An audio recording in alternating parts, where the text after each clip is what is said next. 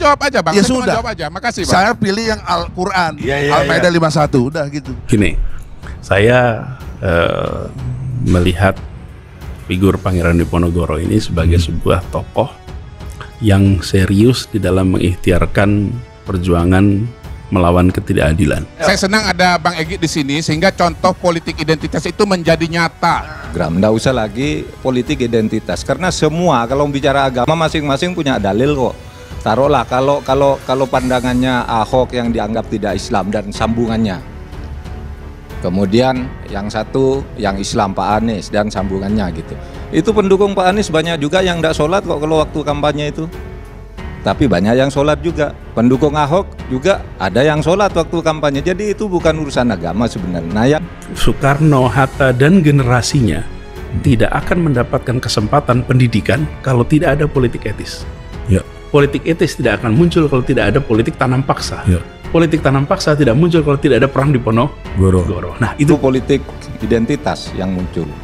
Politik keagamaan yang sebenarnya sih tidak ada yang lebih benar antara yang satu yang lain. Itu hanya jualan aja sebenarnya.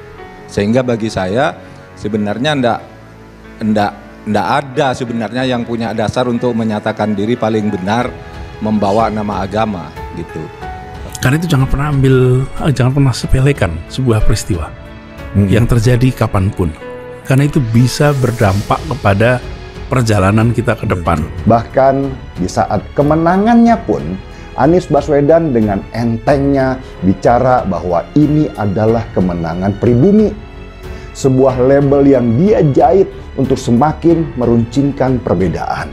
Saya meletakkan Pangeran Diponegoro ini sebagai sebuah figur penting yang bisa menggerakkan, dia pemimpin yang menggerakkan, kemudian apa yang dia kerjakan memiliki dampak jangka panjang. Taruhlah politik identitas itu tidak bisa dihindari. Orang memilih karena kesamaan agama, kesamaan suku itu silakan. Tapi kalau sampai menimbulkan perpecahan ideologis itu amat sangat berbahaya. Sebenarnya amat sangat berbahaya. Rumahnya ditanami pohon sawo kecil. Kalau di rumahnya ada pohon sawo kecil berarti itu pendukungnya Pangeran Diponegoro. Jadi kalau tadi lihat di depan ada sawo kecil itu. Yang menjadi tanda bahwa ini adalah pendukungnya Pangeran Diponegoro. Ya. Nah kedepannya maka saya berpikir gerakan moderasi beragama, di mana agama itu menjadi alat pemersatu, gerakan jalan tengah. Kalau di dalam Islam itu namanya Islam wasatiyah. Islam yang di tengah, tidak ekstrim ke kanan, tidak ekstrim ke kiri, tapi inklusif. Menerima perbedaan itu sebagai keniscayaan dan tidak menganggap orang lain yang berbeda itu sebagai musuh. Serahkan kepada Bapak Presiden. Lalu beberapa hari sebelumnya ternyata Bapak Presiden harus pergi ke Manila. Sehingga Menteri Pendidikan Kebudayaan yang ditugaskan untuk menerima penyerahan cakra itu. Dan cakra itu sekarang sudah dikembalikan di Indonesia. Cakra itu adalah semacam tongkat. Tongkat yang di situ kalau sekarang namanya tongkat komando ya barangkali. Sedangnya Anies Baswedan disebut titisan Pangeran Diponegoro. Anies Baswedan tampak tercengang saat ditunjukkan majalah Misteri memuat foto dirinya. Dalam majalah edisi 20 Januari sampai 4 Februari 2017 terpampang foto dirinya menggunakan baju adat Jawa lengkap dengan belangkot di kepala. Tak hanya itu, halaman depan pun cukup menggelitik dengan judul Anies Baswedan, titisan Diponegoro. Ya, saya lihat itu kemarin.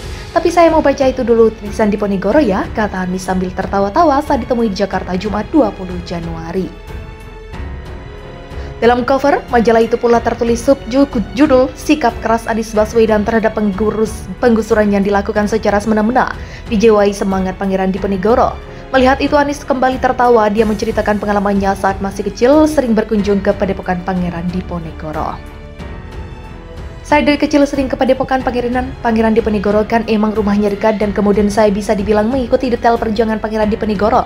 Dan saya betul-betul tidak pernah membayangkan bisa disebut titisan Pangeran Diponegoro, cerita Anies.